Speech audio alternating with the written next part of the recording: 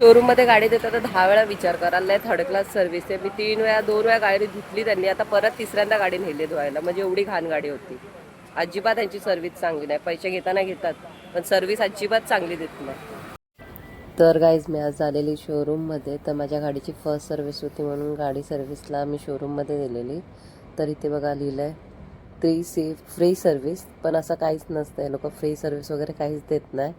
ह्याचे चार्जेस लावतात. मला बोलले तुम्हाला चार्जेस लागतील.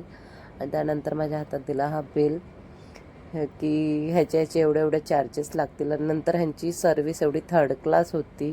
तर तुम्ही बघा आता पुढे काय होणार आहे माझ्यासोबत. कारण की मी बोललेली की हे सर्व्हिस चांगली करतील, असं काहीच झालं नाही. गाडी एवढी घाण होती. ही गाडी धोया आहे का भंकस की आहे? बघा, गाडी सर्व्हिसला देताना एक वेळा चेक करा. अजिबात बरोबर धुत नाही. पुरी गाडी घाण तशीच होती. त्यांनी परत आतमध्ये नेली आहे सर्व्हिसला. परत धुतोय गाडी. बघायची आहे बघा, परत गाडी धुतोय माझी. म्हणजे काय गाडी धुतात बघा यांचं कामं, अर्धीवट कामं असतात. गाडी बरोबर चेक करून घ्या. बघा परत धुवून आणली आणि गाडी आता.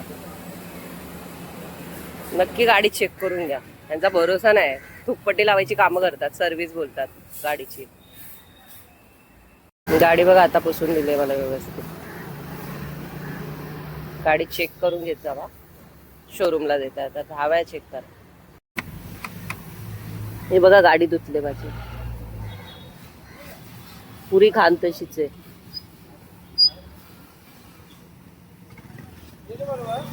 बघा गाडीत खालती आणि गाडी धुतात ते लोक. मॅडमला कंप्लेंट केली आणि गाडीची हालत बघा, एवढी घाण असते काय गाडी?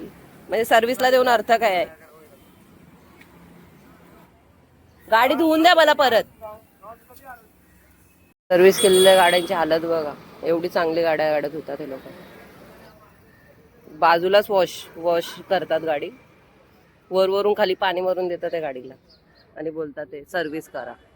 आणि फ्री सर्व्हिसच्या नावाखाली पैसे घेतात.